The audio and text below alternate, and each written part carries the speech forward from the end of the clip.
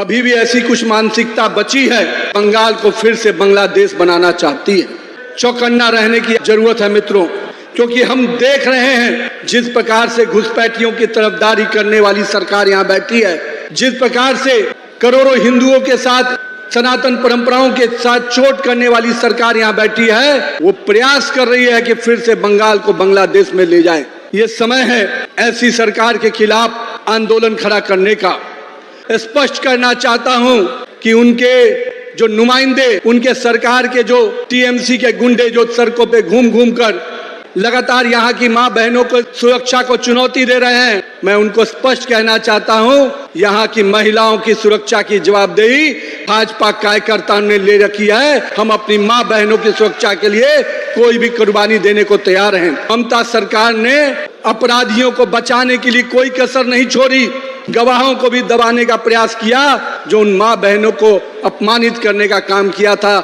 देखता हूं कि ममता दीदी का वो मानसिकता, जब हमारे माँ बहनों को ये कहती हैं कि शाम 7 बजे के बाद आपको निकलने की आवश्यकता क्या थी। ममता दीदी, ये बंगाल की महिलाएं आधुनिकता की प्रतीक रही हैं, बंगाल की संस्कृति को उन्होंने हमेशा आगे बढ़ाया है, बंगाल की विरासत को उन्होंने हमेशा आगे बढ़ाया है, और आज उन माँ बहनों को आप घर के अंदर महफूज रहने के लिए कह रहे हैं।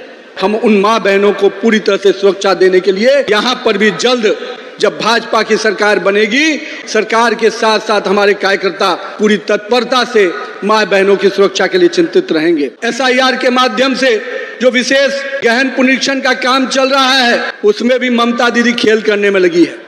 अभी दिल्ली जाकर रोना रो रही है कि इलेक्शन कमीशन हमको सहयोग नहीं कर रहा है। इलेक्शन कमीशन के नुमाइंदे आपके डीएम, एसपी, एसडीओ यहाँ बैठा है और इसको कठपुतली की तरह आप यूज कर रहे हैं। आप खुद खेल खेल रहे हैं, यहाँ की जनता को परेशान कर रहे हैं। इलेक्शन कमीशन तो घुसपैठियों को बाहर करने का संकल्प लिया है, जो बंगाल की मिट्टी का नहीं है। बंगाल के लोगों को ही बंगाल का अधिकार मिलेगा।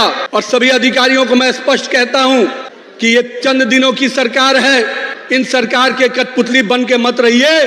आप प्रशासन के लोग हैं, आप सही दिशा में काम कीजिए, आम जनता को राहत देने वाला काम कीजिए।